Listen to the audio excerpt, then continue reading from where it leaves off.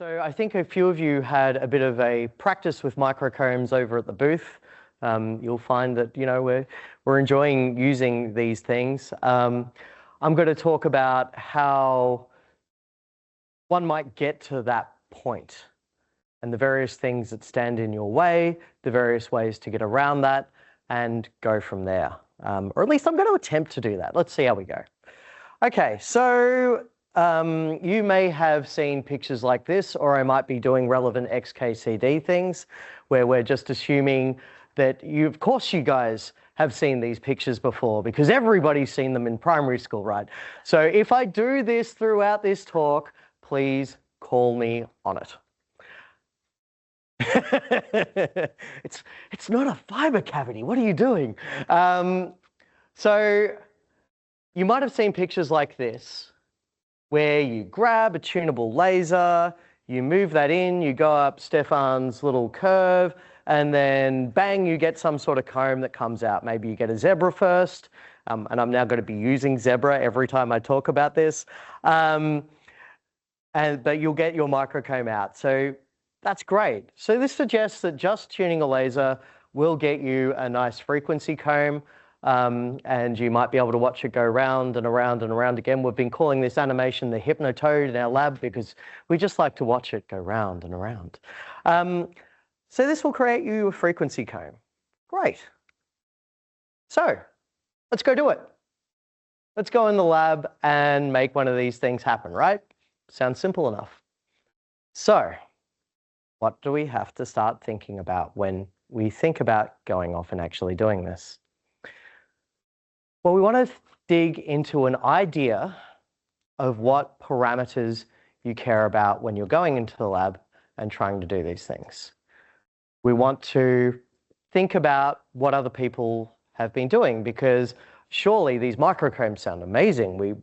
Why do we not all have one in our lab today?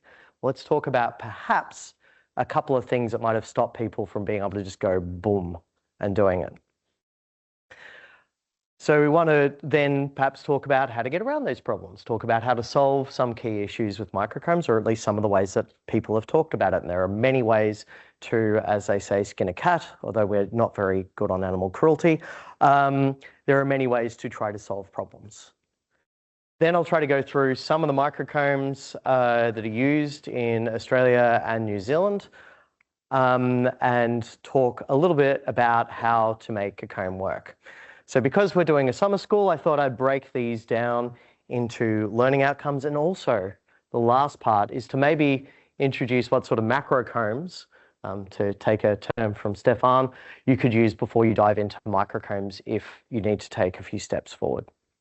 So the learning outcomes from this particular lecture are, what I want you to take away is that what to think when you're asking, what do I need in a microcomb? So if you're starting from scratch, let's have a think about that. What are the problems microcombs face? How are they being solved? What microcombs you might see around the place, there's similarities and the differences. How we deal with running microcombs and the sort of things to be thinking about with that. And then some options for starter combs if you can't get a microcomb right away. And there are some people in the audience you can definitely talk to about starter combs, as well as people in the audience who you can talk to about microcombs.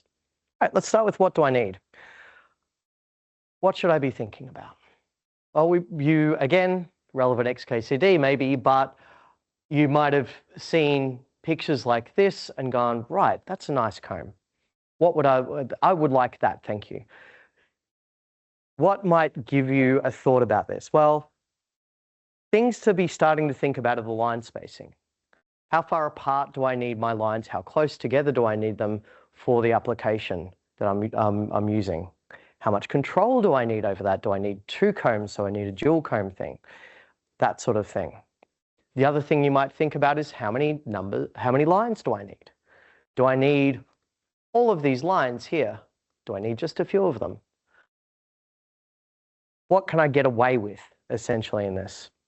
The other part that is key and has been increasingly key when we've been starting off with combs, the center as opposed to combs, the stuff, is center wavelength. So a lot of research has gone into telecommunications band stuff because, you know, there's been squillions of dollars whacked into that over time. But spectroscopy and microscopy got used to, say, using Thai sapphire at around 780, 800 nanometer. And so there's bridges to get here. So you need to think about these things when you're thinking about what microcomb you have. Just a run-of-the-mill, off-the-shelf one might be good for you, might not be. Then we have to think about, okay, well, there is a company that you can buy a microcomb off. We'll get to that later.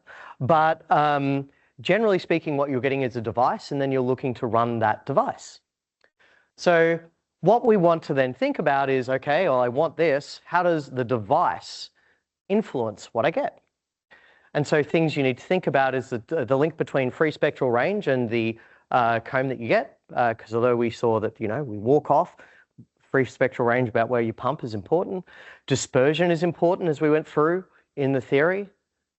Whether you get positive or negative dispersion will affect what you can do with your comb. And also quality factor, although, as Stefan pointed out, finesse is probably a better way to think about it. How much light can you trap in that ring? How much nonlinearity can you boost by trapping light into a small space and getting that power concentration? Speaking of nonlinearity, what material are you using, or what material is there? What's its coefficient of nonlinearity?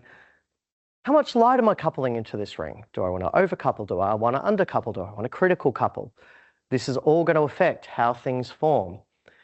Thermo-optic coefficients are something that I'm going to go through as we go through as like a major thing that you need to think about as you go through.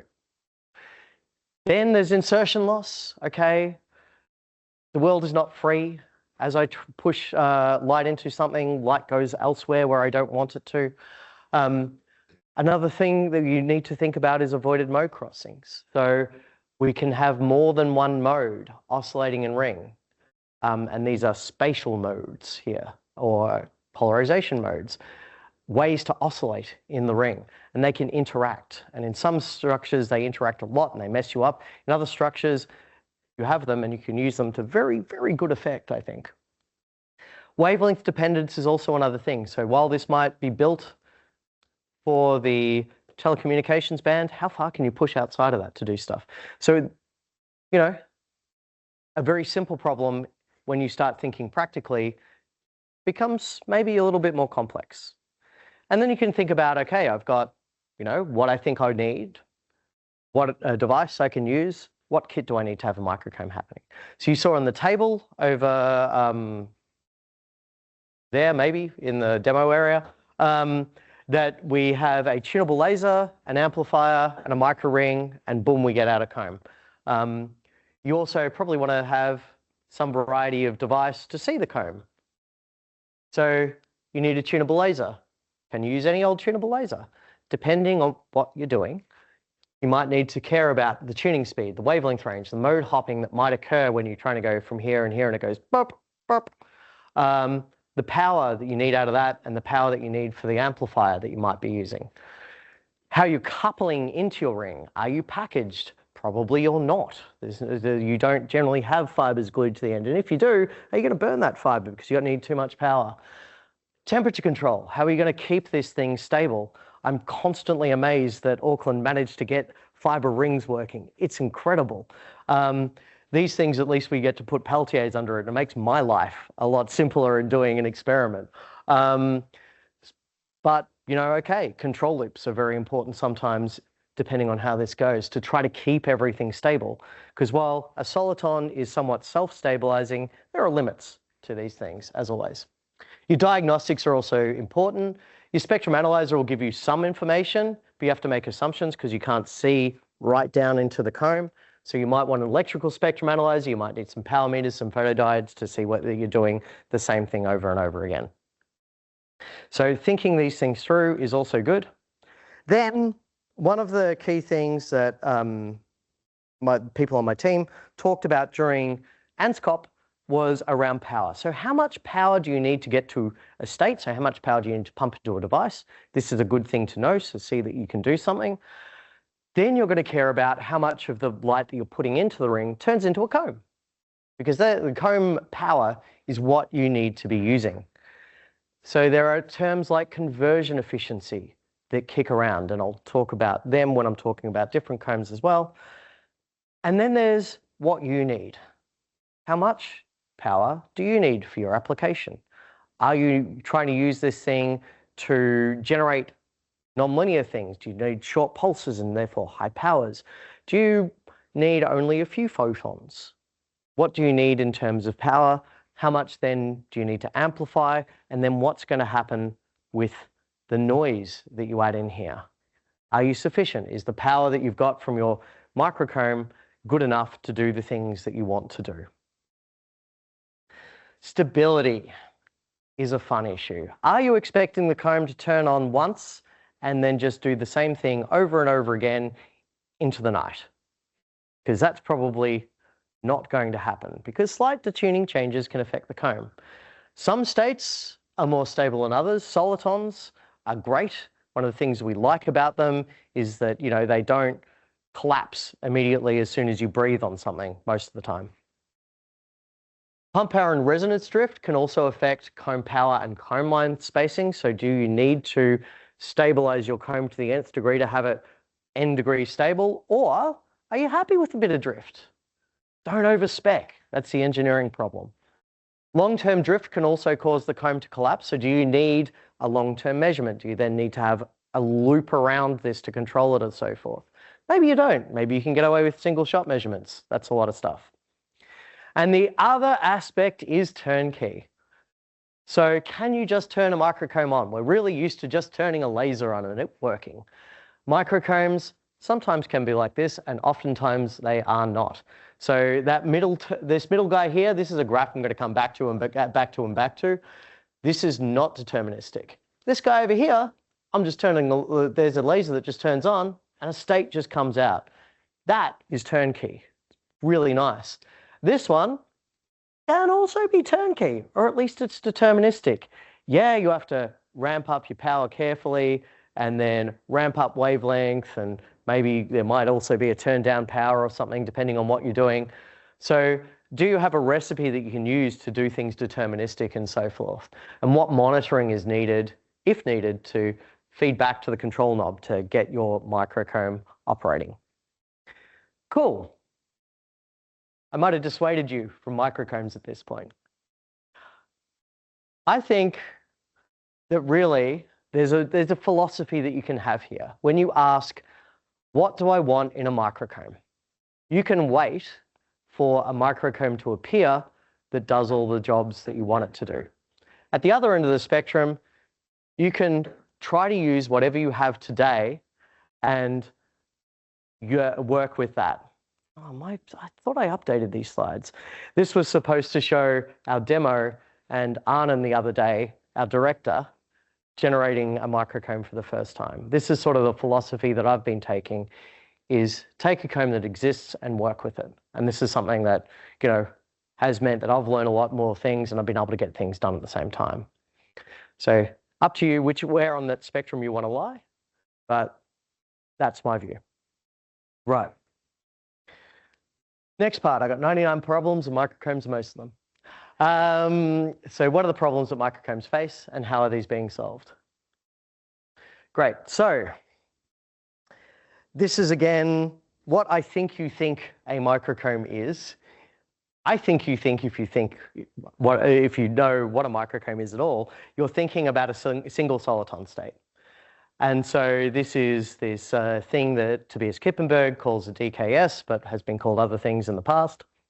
And this is where you tune a laser in and you get a single pulse per round trip out. Now that's where you want to end up. How to get there is a bit funky because of that sort of chaos that Stefan was talking about and the bistability. So as you tune up and up and up, you sort of go, you start at this zebra state, the Turing comb, then you start getting some subcombs and maybe you get different subcombs. And then you get to this region here where you can see the power within your ring is bouncing up and down. That's indicating that things are interacting quite strongly. You're quite chaotic here. And so you're going through this chaotic regime where within bounds, anything can happen. And as you keep tuning, you then go bang and into this state 5, which doesn't look like this state here. This is some variety of multi-soliton state which is okay, but that comb doesn't look as clean as you would think, as you would like. And so you start here, and then you have to go down and down and down and down. And then this tiny little detuning area here is where you want to end up. And so these single soliton states have a somewhat complex generation mechanism when you're just considering tuning a laser in. And so this is caused by the chaos that's intrinsic to the nonlinearity and bistability, but also photothermal effects, which Martin thankfully touched on at the end of his presentation. Thank you for taking the time. So Stefan showed you that, yes, nonlinearities can mess with this Lorentzian type resonance shape that we see in our resonators. But if we ignore nonlinearity for fun, what we end up seeing is as we tune our wavelength, we go up and then we go down. And to first order, this is kind of what happens in our rings. However, as light enters a resonance, has many round trips. We talked about the finesse being multiple round trips within a ring.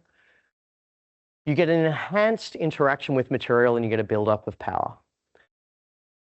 Now, we don't have zero loss rings.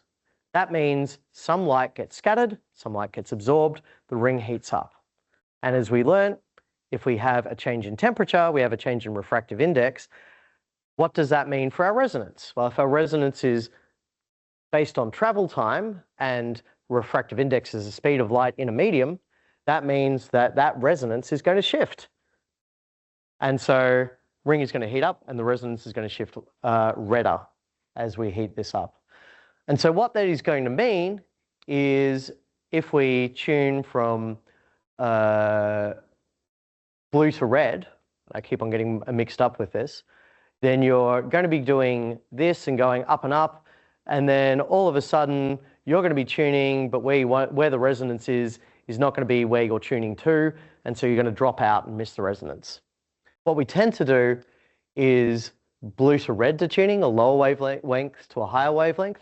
And what that means is we're chasing after this resonance as it goes up. But you can imagine if what I need to do is drop from here to here, then that is going to mean that my resonance is going to detune because I'm going to have less power in my cavity. And so this is one of the larger problems that we have with generating these states because we have this soliton step. We go from having our nice zebra within our ring galloping around. We go into this chaos state, and then you can sort of see intuitively, when we get these pulses, yeah, they're short and sharp, but there seems to be less underneath the curve here. There's less average power in the ring. And so we go bang down here as we scan our laser. And that means that we're going to have our resonance detune away from our laser. And then we can keep going until we hit this single soliton, and that's okay. But you've really got to worry about this because your resonance can walk away from where you are. And that really can mean that instead of having a soliton, you just have nothing driving your resonance. So that driving field that Stefan showed goes to zero, and then you're done. Nothing much to do. What are the solutions to this? There's a couple of early methods that were used to overcome the problem and show a few things. So if you look into, I think that was that first 2014 microcavity DKS paper. If you don't look at the main paper, but you look at the supplemental material and you read the supplemental material carefully, and trick for students, always read the supplemental material of nature and science papers because that's where the good bits are. Then you can go, okay, well, in order to achieve a soliton state, we have to overcome the transient instability.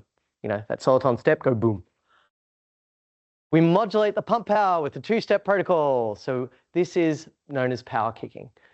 So induce a soliton with a quick drop in power, and then they boost it back up again and go boom, boom. So that is one way to do it. You want to control that. You want to have a control loop around there to be able to do this properly. The other part is a rapid detuning. So what you can do is as you go into resonance and then you drop down in state and your resonance moves, you can move your laser with it. and try to catch up with that. And so there are control loops to do this sort of stuff, and people are very good at that. I'm terrible at control loops personally. So I've avoided doing this and I've used a different state instead to do it. And that's allowed me to do things like, learn how to do this really quickly. And it's also enabled, a bunch of you guys in the audience to do this at this conference, which is kind of fun. I'm really enjoying that we're managing to have a stable demo this time around. The other part about this is that chaos leads to probabilistic generation of these states. It's non-deterministic. Yeah, there are ways to get around this, but what has been shown by, while Stefan and Martijn both were very good at referencing on their slides, you will notice that I am terrible at it. I will just at this point sprue a paper that Caitlin is writing, which is going to contain all of the references that I've been using here. That will be a bit of a tutorial as well. We'll try to email out to the group when that's finished. But yeah, so stuff from Purdue here. So they're detuning up and then they enter this chaotic regime. And then depending on the runs that they do, they get to a different state each time, which can mean as they try to get through to a single soliton, that can be a problem. And so they have to try and try again. Now, if you want something that turns on straight away, maybe you don't like this, but maybe you can just have a few goes of it and you'll be fine, stuff like that. So complex tuning arrangements. So continued tuning enables a lower number of solitons in the ring when you're doing the single DKS type thing. Broadly speaking, higher power is equal to a higher soliton number. So you sort of reduce the power by doing some detuning until you get only a single soliton allowed. You can monitor the output to get all of this right automatically. That requires calibration as far as I'm understanding, but these problems are solvable. And this is something that people do. And so, yes, you should believe people when they say we're doing stuff with a microcomb. I would just caution you if you're starting to do this for the first time, there are some tips and tricks that you want to be looking at and working with. Cool. So I think yep, good, I'm okay on time, I think. I've alluded to the idea that there is what I think is in your head is a single soliton. So that's a really interesting phrase. What I think you think when I say microcomb, you think a single soliton in the ring. What I'm going to try to show you is that there is more than just that, including what we do. So this is what I think people think a microcomb is. It's a soliton or soliton-like pulses. It's going to be coming from a microring or a microring-based device. It's optically pumped with a strong narrow line width laser. We get tens, tens can include single 100 digits of usable line with enough adequate power to be of use. And the aggregate power is going to be, less than 100 milliwatt of comb power. And that's only really going to happen if you pump it from a source that's greater than 1 watts. If you pump with less and you've got a different balance, things work out that way. You might have seen this paper. This is from a fairly famous review paper by Tobias Kippenberg and co-authors, and it's a good read. So this canonical picture of a single soliton, this is the DKS. It is a single bright soliton. And I'll be going through this sort of laundry list with a few different states in hope to sort of give you that taxonomy, that idea of the different types of microcomb, sort of being a Linnaeus for microcombs. So a single bright soliton here, somewhat complex generation mechanism as I've been over. Non-deterministic, so not the same state each time with the same recipe. Caveats here, this depends on a few things. Conversion efficiency of 1 to 4% with a CW background. Again, there's progress being made on this. Requires anomalous dispersion. So this is when we were talking about a soliton. We need the dispersion to balance out the nonlinearity in order to create a soliton. And so these things require anomalous dispersion. That's hard to make in certain platforms. The canonical example, I would say, is this Nature Photonics in 2014, temporal solitons and optical microresonators. So this is one type. We also have, yes. Yep. Yep. All of the comb power. Yep. That's right, not that. spiky bit there, which is like, what, 40 dB down or something like that, right? So the idea of having many hundred of comb lines and then going to this. So you can see where conversion efficiency is a real problem, and getting that up is really important. And we'll talk about some of the states that have higher conversion efficiencies and ways to do that. But yeah, important. Dark states. So these things sometimes get called dark solitons, sometimes platicons. Please tell me if I'm saying something silly, but this is sort of a single dark pulse that you can generate in a ring. These tend to, a dark pulse is what you see here. So high amplitude and then drops off. So it's the inverse of a bright pulse. It's kind of, it's a weird concept, and it took me a while to accept that it was a pulse. So you do this, you pump this generally at an avoided mode crossing. So where something weird goes on with where your resonances are, this can be useful in certain ways. That tends to be where these guys pump. The conversion efficiency here goes up to 20 or so %. So that's, you know, an order of magnitude higher than some of your DKS states, which is nice. This requires normal dispersion to work. So it's sort of that inverse of the bright soliton. Your dispersion doesn't want to be anomalous, going up like this. It wants to be normal, going down like that. It's there. I don't think they're self-stabilizing. I could be corrected, but they tend to be really fragile and drop out. I think fundamentally they're not self-stabilizing. Does that mean you can call it a soliton? I'm very happy for people working in physics departments as opposed to my engineering department to answer that question for me. That's my get out of jail free card. I'm a physicist when it's convenient and an engineer when it's convenient. Right. Yep. Cool. So this comes, so the history of why we call it normal and anomalous comes from old school optical fiber times when we were working in like the 800 nanometer band. And that was to say, okay, the fibers we had at the time were normal. Now, I always get mixed up which way it is in terms of red going faster or blue going faster. Red slow, blue fast is anomalous. So red fast, blue slow is normal.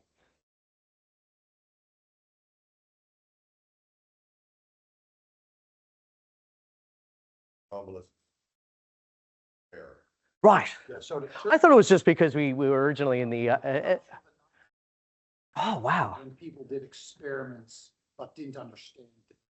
Excellent. Well, it wasn't developed. It's which side Thanks, of the Neil. resonance you're on. Yeah. Most materials have a UV resonance. Therefore, the Is that side, yeah. side. And this is, Silica has a resonance at long microns. It has a number. excellent. Thank you. I'm terrible at reading textbooks. But yeah, so this is canonical example. This was, I think, from the Purdue group back in 2015 to look up. Next, dual rings. So you can have one ring, but you could also have two rings.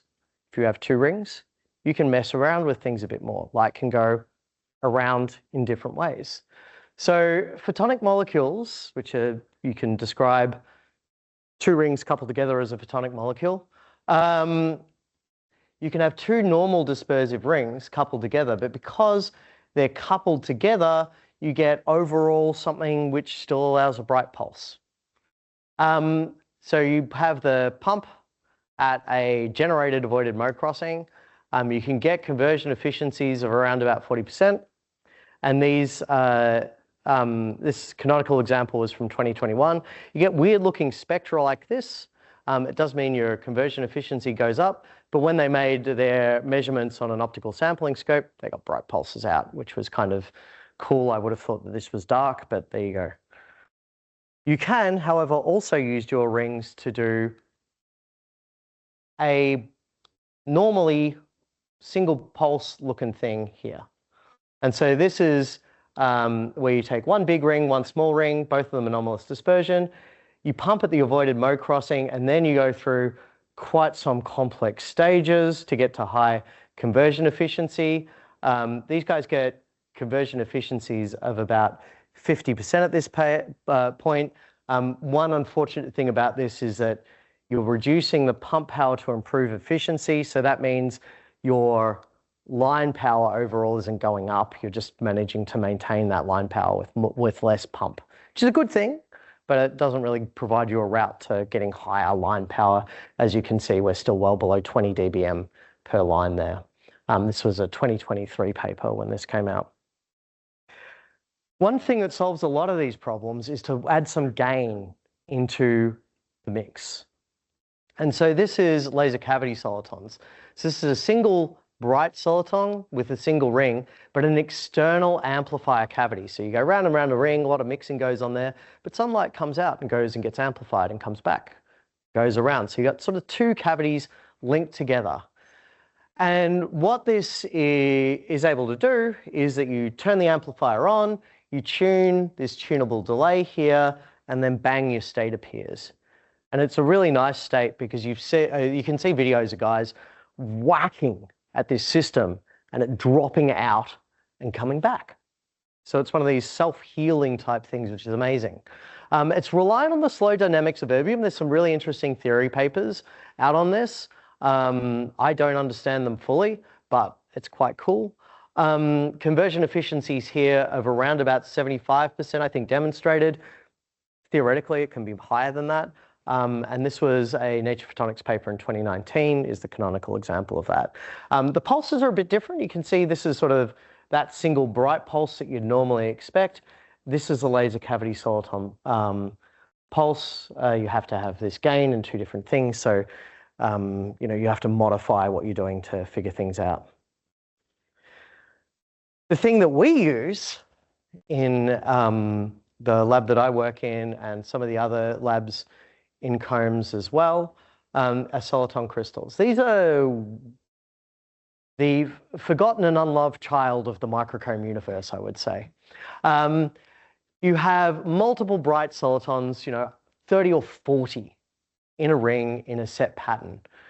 You pump away from avoided mode crossing. So you have an avoided mode crossing. That's an important thing here, but you're just pumping somewhere else. The mode crossing and pump detuning, so the difference in frequency between these two defines the number of solitons that appear.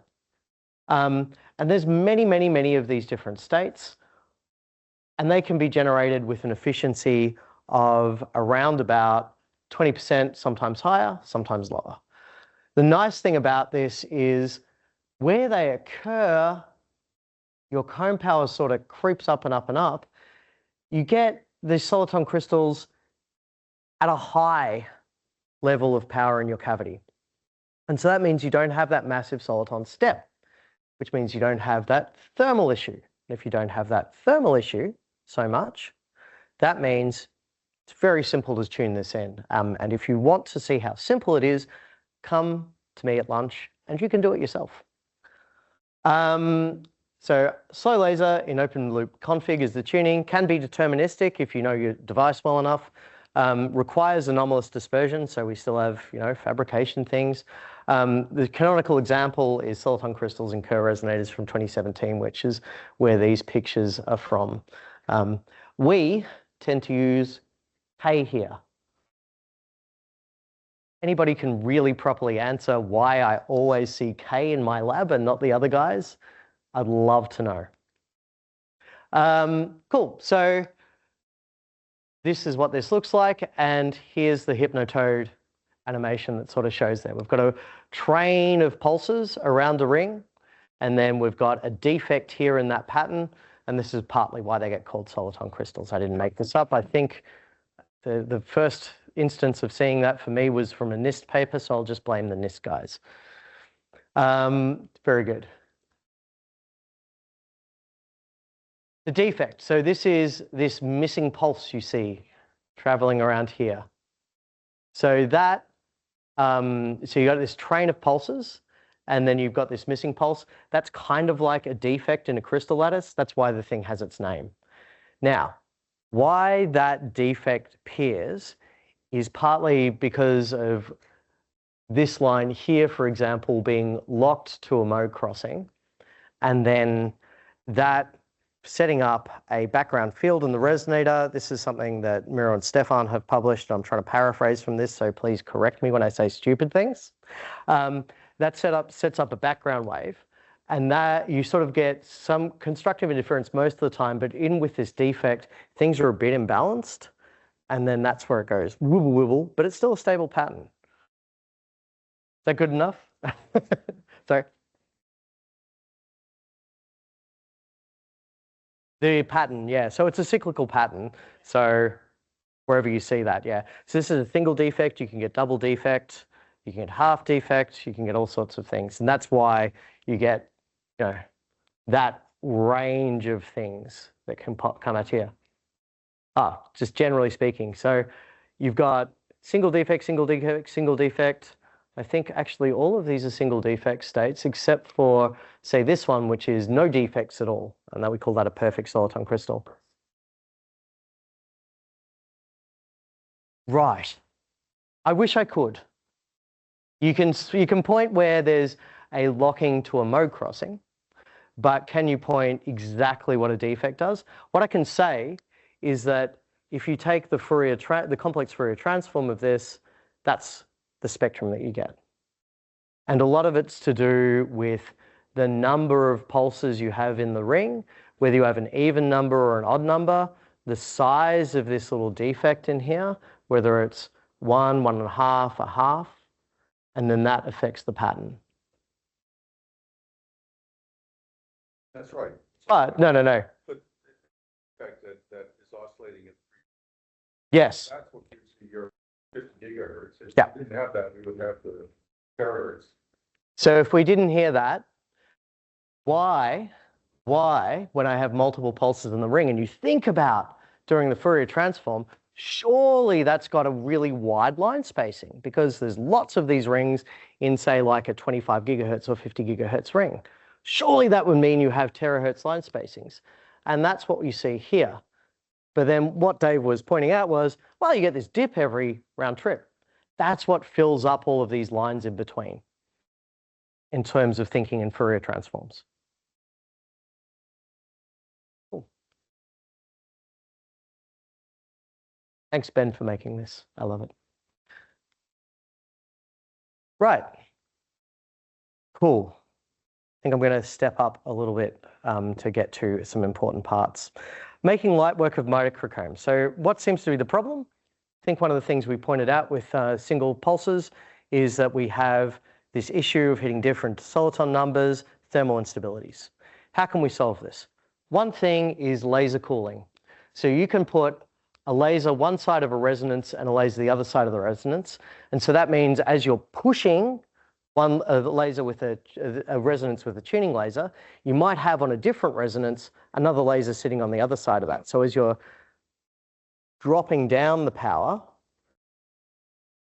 in one resonance, that's causing another resonance at another point because everything shifts together to snap in to an auxiliary laser, and that heats up your cavity again. So this is something that you can do to do this. This is a commonly done thing by a lot of different groups because it's relatively simple to set up. And so you have your pump laser, which you're tuning, your auxiliary, which is sitting off to a side, and it is just trying to make sure that the total power between this laser and this laser pumped into the ring isn't changing by so much, so you don't get a drastic moving of your resonance. The thing that I showed here earlier, this is where you're butt coupling a laser diode directly to a chip with a ring on it. What happens here is you get backscatter from this ring and going in here, and an injection locks. You might not know about injection locking. Here's the potted thing. Lasers like to operate at some frequency due to the cavity, but if you whack external light into them, they'll try to lock to that external light. So what this is doing is basically taking your laser, going to this resonator, where it hits resonance, that light comes back, and so you get the laser automatically locking to the resonance of the ring. So that means if the resonance suddenly shifts because of thermal issues, the laser moves with it. And so that means that you can just turn on a laser here and bang, get out a soliton again and again and again. This is one of these 1 to 4 percent conversion efficiency things, but it's deterministic. So this is a really nice way to do this. It's somewhat hard to implement. You can also, instead of just relying on some backscattering happening in a ring, you can make a Bragg grating within the ring and bounce light back out of it. And that way you can get a better coupling into your laser diode. It boosts up your conversion efficiency a little bit, and that allows you just to turn on the laser and bang, your comb goes on. Bang, bang, bang. You can do this with dark states as well and have this passively locked. So same thing, tracks the pumps mode, so it's pretty robust. Conversion efficiency is a little bit higher because it's a dark state. People have done this. You can do this with an engineered photonic crystal and some other stuff and actually get really nice conversion efficiencies with the dark state as well. Why the heck would you look into a dark state? Didn't you say they were unstable, Bill? You can make them with thinner levels of material because things want to be a normal dispersion, not anomalous. And so this can help with your fabrication stuff. That doesn't mean you can't create a foundry that builds things anomalous dispersion regime. Soliton crystals that I showed you before can also be deterministic. So this was a colleague in China. She tuned it in, again, and very little power variation on the spectrum each time. So the sort of thing you can see in the booth can be done in this way. So these are some ways to get around, assuming you want to go down the microcomb route. But what if you can't get a microcomb? How about how do I get started? I want to do comb stuff, but maybe I don't want to do microcomb stuff because they're a bit finicky. Or I can't get access to all of the materials I need. All of that stuff I talked about earlier. How about a regular optical frequency comb? What might make this useful as a starter tool? Well, I would say the things you need in a good comb, which enables you to be a stepping stone to a microcomb if you're interested in that in longer term. You want a repetition rate in the gigahertz. You want coverage of at least a few tens of lines. You want operation at the application wavelength rate that you want, and you want to do these things. What might not be so useful is, say, a Ti-sapphire laser. That's in your sort of megahertz rates. Figure of 8 laser or an actively mode lock laser. This is in megahertz rate. This is in gigahertz rates, but it's got this mode hopping thing that occurs, which messes with a lot of the super modes in this thing. It selects, it jumps, the repetition rate goes funny. It's okay. I was amused to see one of these things being used in the racks that were for PsiQuantum. In Jeff Pride's presentation. So they're still useful for some things, but I would say if you're going to start off with microcomb stuff where you care about the coherence and you care about stability, don't use that.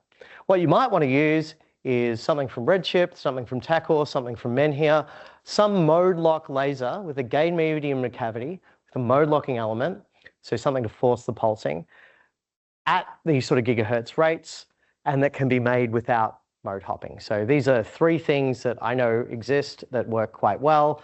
You might want to use others. Electro-optic combs are fantastic starter combs. They give you what you want straight away as long as you know how to use electro-optics. So I highly recommend these because you can set the RF, the comb line spacing here with just this RF clock. You just need some beefy amplifiers and a cascade of phase modulators and so forth, and you get out combs like this, and they can be compressed into short pulses. So they're really good to get an idea of what to do with combs. You can also buy microcomb chips and get started. So there are several suppliers of this, some examples, and I'm being Euro-focused here. Ligantech, Deeplak, and Solenoid are all working on silicon nitrides. It's up to you then to figure out your coupling, control of your driving, and that sort of thing. Another thing is Elytra. These are the guys who make microcombs in boxes.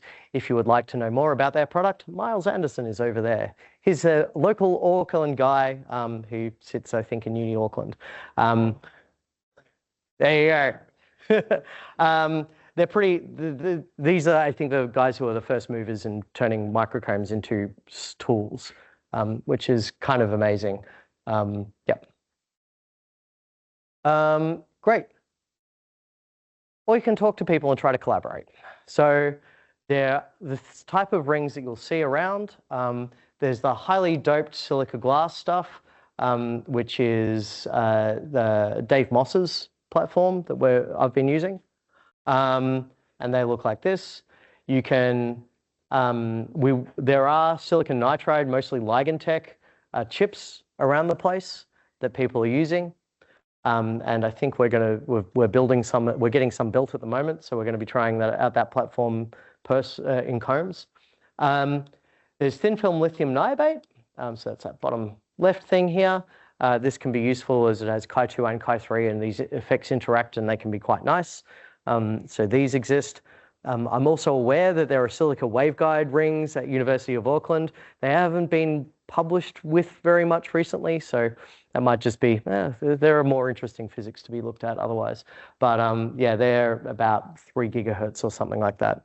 Kind of an amazing platform, not replicated very many places.